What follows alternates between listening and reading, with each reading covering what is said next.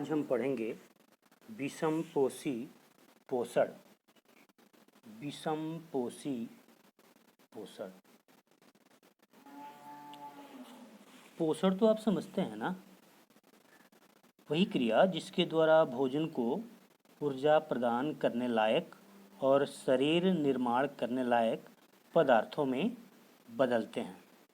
आप जानते हैं, जंतु रचना और आकार में भिन्न भिन्न होते हैं।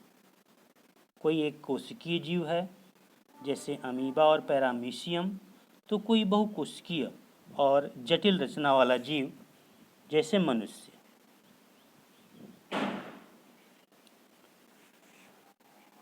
लेकिन इन सबके पोषण के चरण समान होते हैं। पोषण के चरण समान होते हैं। पोषण के चरण होते हैं अंतर्ग्रहण, पाचन, अवशोषण, स्वांगीकरण और बहिक्षेपण। तो आइए देखते हैं अमीबा का उदाहरण लेकर के। ये अमीबा है। ये कौन है? ये अमीबा है। ये है अमीबा। अब अमीबा का उदाहरण लेकर पोषण के एक एक चरण को समझते हैं। तो सबसे पहले क्या होगा? तो सबसे पहले भोजन आवश्यक होता है पोषण के लिए। तो भोजन शरीर के अंदर लिया जाएगा। तो अमीबा भोजन को, ये खाद्य का कण है, इसे देखता है और अपने शरीर के अंदर कहीं से भी ले सकता है। इसके लिए इसके पास कोई निश्चित स्थान नहीं होता है। अब इस जिस अंग से लेता है उसे कुटपाद कहते हैं और ये कहीं भी बन सकता है। अब भोजन को यह अपने शरीर के अंदर ग्रहण कर लेता है और ये पहुंच जाता है शरीर के अंदर। अब देखिए, तो अंतर्ग्रहण में अमीबा के अंदर कोई विशिष्ट रचना नहीं थी जहाँ से भोजन ग्रहण करे, कहीं से भी कर सकता है। लेकिन वही एक कोशिकीय जीव पैरामीशियम को देखे तो पैरामीशियम में भोजन ग्रहण करने के लिए एक निश्चित जगह है और ये जगह है ये वाली। यहाँ से यह भोजन को ग्रहण करता है। तो अभी आपने एक कोशिकीय दो जीवों में तरीका अलग अलग देखा। एक के पास तो भोजन ग्रहण करने के लिए कोई विशिष्ट पार्ट नहीं है, कोई अंग नहीं है, कोई भाग नहीं है। लेकिन वही एक कोशिकीय जीव पैरामीशियम की बात करें तो उसके पास एक निश्चित स्थान है जहाँ से वह भोजन को अंदर ग्रहण करता है। ये भोजन यहाँ से अंदर जाता है। और अगर मनुष्यों की बात करें तो मनुष्य में तो पूरा विशिष्टीकृत एक मुख होता है जहाँ से वह भोजन को ग्रहण करता है। तो जैसा कि अभी हम आपको बता रहे थे कि पोषण के चरण तो सब में होंगे। भोजन अंतर्ग्रहण अमीबा में भी किया जाएगा, पैरामीशियम में भी किया जाएगा और मनुष्य में भी किया जाएगा। हाँ, इसके ग्रहण करने के अंग या स्थान अलग अलग हो सकते हैं। अब भोजन चला गया शरीर के अंदर, तो अब उसके बाद क्या होना है?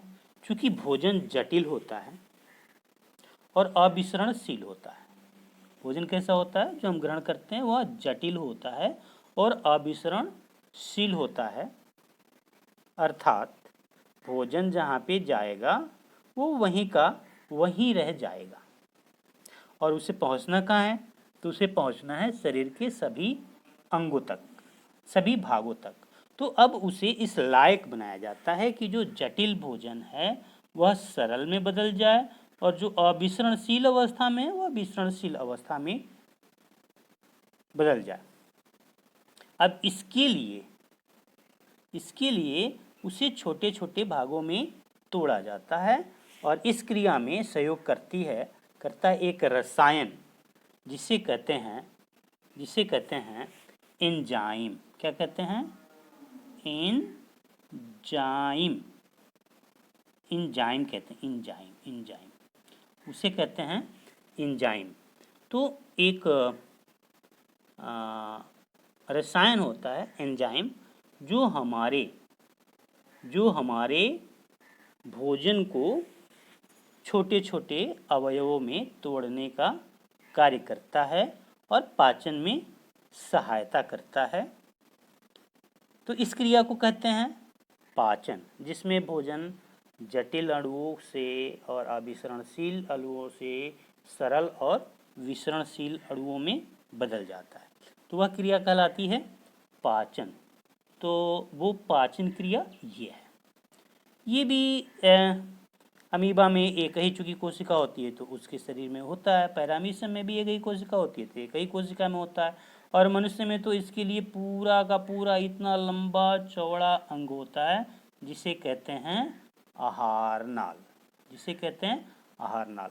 तो आप देख सकते हो कि चाहे वो बड़े बड़े अंगों में हो चाहे एक कोशिका में हो, पाचन की क्रिया का मतलब है भोजन के भोजन के जटिल अणुओं को सरल अणुओं में बदलना।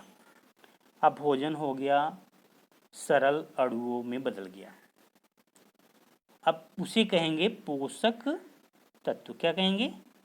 पोषक तत्व। पोषक तत्व कहेंगे। अब उस भोजन के भाग को कहेंगे पोषक तत्व। पोषक तत्व क्यों कहेंगे? क्योंकि यही तो अब भोजन का भाग, भोजन का रूप आपका पोषण करने वाला है, तो वह कहलाएगा पोषक तत्व। अब पोषक तत्व जहाँ पे है वहीं पे रह जाएगा तो सारे भागों का पोषण कैसे करेगा? तो यह पोषक तत्व अब उस शरीर के भाग से अवशोषित कर लिया जाता है और सारे भागों में पहुंचा दिया जाता है। यानी कि अगर कोई बहुकोशिकीय जीव है तो उसके प्रत्येक कोशिका में पहुंचा दिया जाता है, और अगर एक कोशिकीय जीव है तो उसी कोशिका के पूरे जीव द्रव्य में उस पोषक तत्व को फैला दिया जाता है। तो इस तरीके से पोषक तत्व पहुंच गया शरीर के अंदर अवशोषण क्रिया द्वारा सारे जगहों पे चला गया। अब पोषक तत्व पहुंच गया कोशिकाओं के अंदर या जीव द्रव्य के अंदर। अब उसका होना क्या है?